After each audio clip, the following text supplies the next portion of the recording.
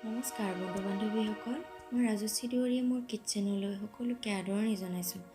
মই আজি আপোনালোকলৈ অতি সহজতে হোৱা পিঠাগুড়িৰ ৰেচিপি এটা লৈ আহিছোঁ। ৰেচিপিটো হৈছে নিমখীয়া আঙুলি পিঠা। বনাবলৈ সহজ হোৱাৰ লগতে আমি একদমেই কম বস্তুৰে পিঠাবিধ বনাব পাৰোঁ আৰু খাবলৈও খুব সোৱাদ লগা হয়। আহকচোন মই কেনেকৈ কি ধৰণেৰে পিঠাবিধ বনালোঁ এবাৰ ভিডিঅ'টোকে চাই লওঁ। মই এই পিঠাবিধ বনাবলৈ প্ৰয়োজনীয় সামগ্ৰীসমূহ গোটাই লৈছোঁ। যেনে প্ৰথমতে মই 1 কাপ জহা চাউলৰ পিঠাগুড়ি লৈছোঁ। তাৰপাছত 10 টেবুল চামুচ মিঠাতেল লৈ লৈছোঁ আৰু 2টা মধ্যমীয়া আকাৰৰ পিঁয়াজ মিহিকৈ কাটি লৈছোঁ। লগতে এমুঠি ধনিয়া ধুই মেলি কাটি লৈছোঁ আৰু নিজৰ জোখমতে বা সোৱাদ অনুসৰি নিমখ হালধি লৈছোঁ।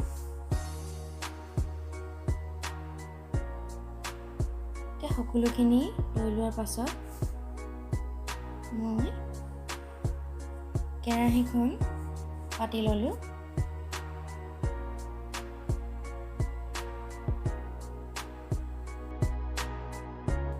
একাপকৈ মই 3 কাপ পানী দিছোঁ আৰু ঢাকনিখন লগাই দিছোঁ। এতিয়া মই প্ৰথমতে পিঠাগুড়ি কাপটো সানি ল'ম। এচিকুট নিমখ দি সানি লৈছোঁ আৰু কমকৈ পানী দি পিঠাগুড়িখিনি সানি ল'লোঁ। মানে আটা মঠাৰ দৰে মঠি লৈছোঁ। বেছিকৈ দিলে হয়তো পিঠাগুড়িখিনি ঢিলা হৈ যাব পাৰে। কমকৈ দি মই লাডুটো বনাই ল'লোঁ। তাৰপাছত এখন ডিছত ৰিফাইন দি সানি ল'লোঁ। সানি লৈ এটাকৈ আঙুলিৰ চেপ দি বনাই গ'লোঁ পিঠাগুড়ি।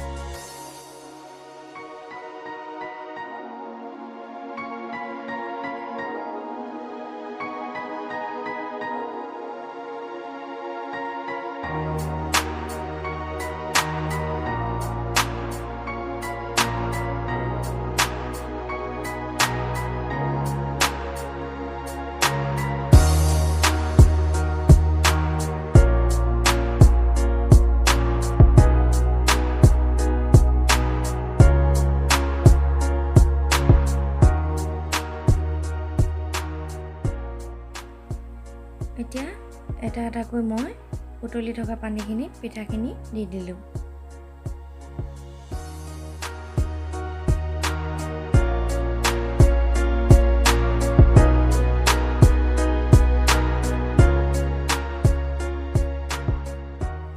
আৰু মই এই পিঠাবিধ এগৰাকী বাইদেউৰ ঘৰত খাইছিলোঁ। খুবেই ভাল পাওঁ খাই। আৰু পিঠাবিধ তেওঁ ময়দাৰে বনাইছিলে। মই যেতিয়াৰ পৰাই পিঠাবিধ খাবলৈ ল'লোঁ তাৰপাছত মই পিঠাগুড়িৰে বনাই প্ৰায়ে খাওঁ আৰু মোৰ খুবেই প্ৰিয় হয় পিঠাবিধ।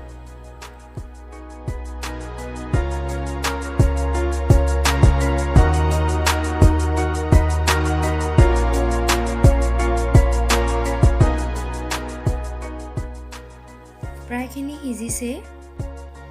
মই এখন চাকনিতে টুকি ৰাখিছোঁ।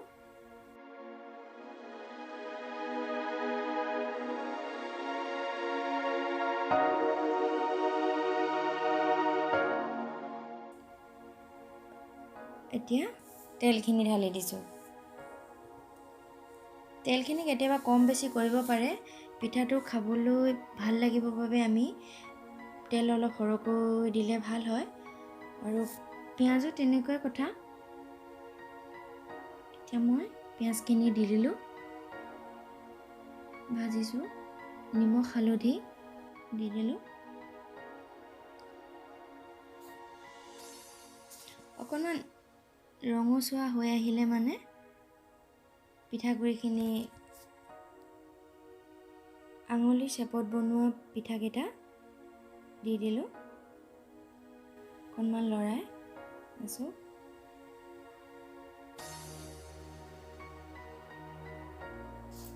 খুব সহজতে হোৱা এবিধ পিঠা।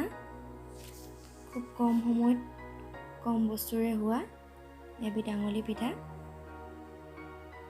খাই চাবচোন আপোনালোকেও বনাই হয়তো বহুতে বনাব জানেও খাই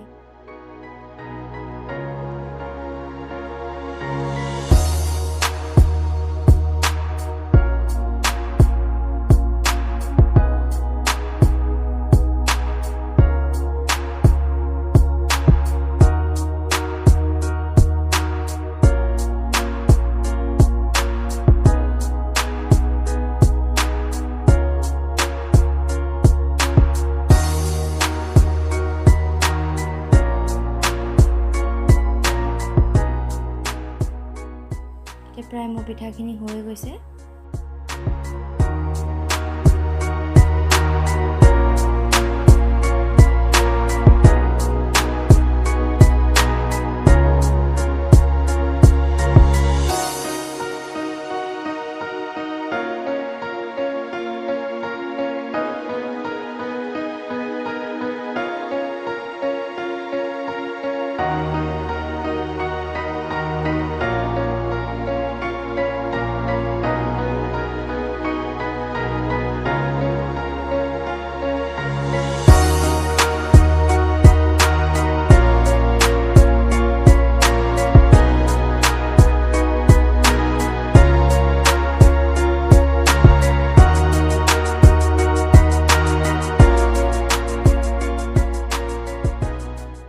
এয়া মোৰ নিমখীয়া আঙুলি পিঠা ৰেডি আপোনালোকেও বনাই খাবচোন যদি খাই ভাল পায় মোক কমেণ্টত জনাব আৰু ভিডিঅ'টো লাইক কৰিব লগতে চেনেলটো ছাবস্ক্ৰাইব কৰিবলৈ নাপাহৰিব